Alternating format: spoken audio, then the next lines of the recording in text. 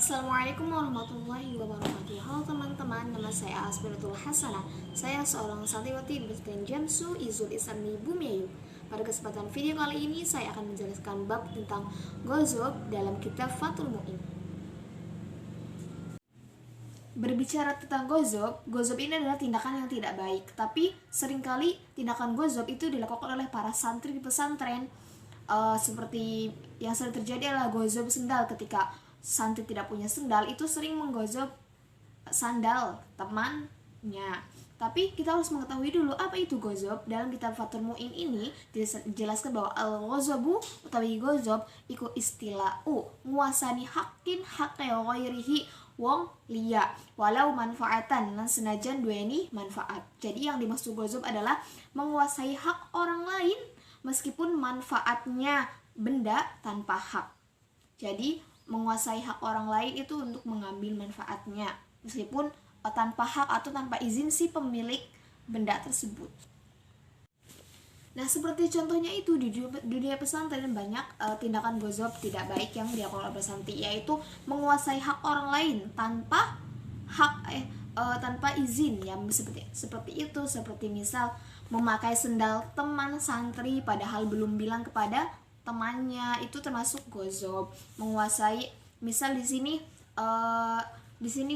dicontohkan duduk di sajadah orang lain meskipun tanpa memindahkannya, tapi kan duduk di sajadah orang lain itu dia tanpa izin gitu.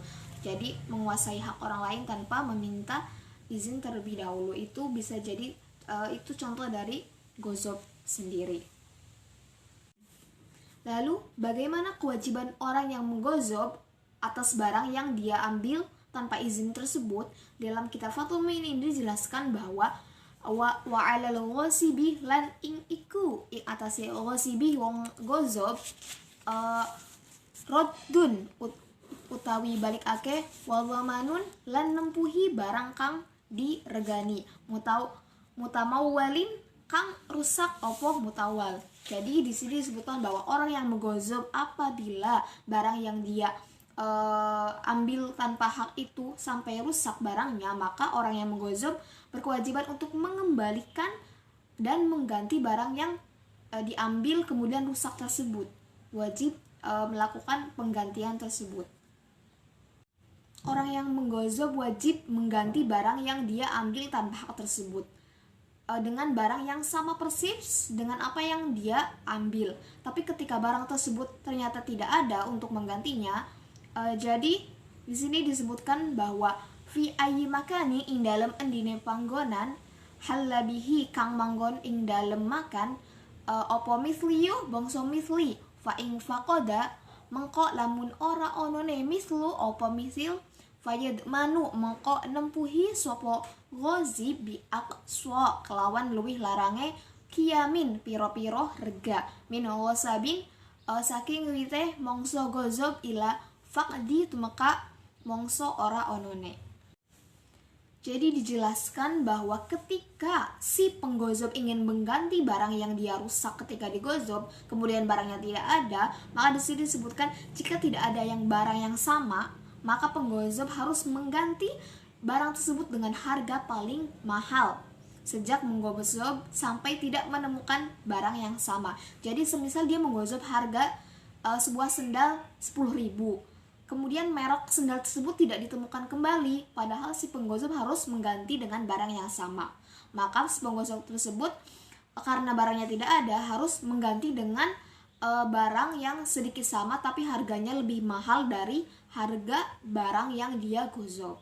Begitu.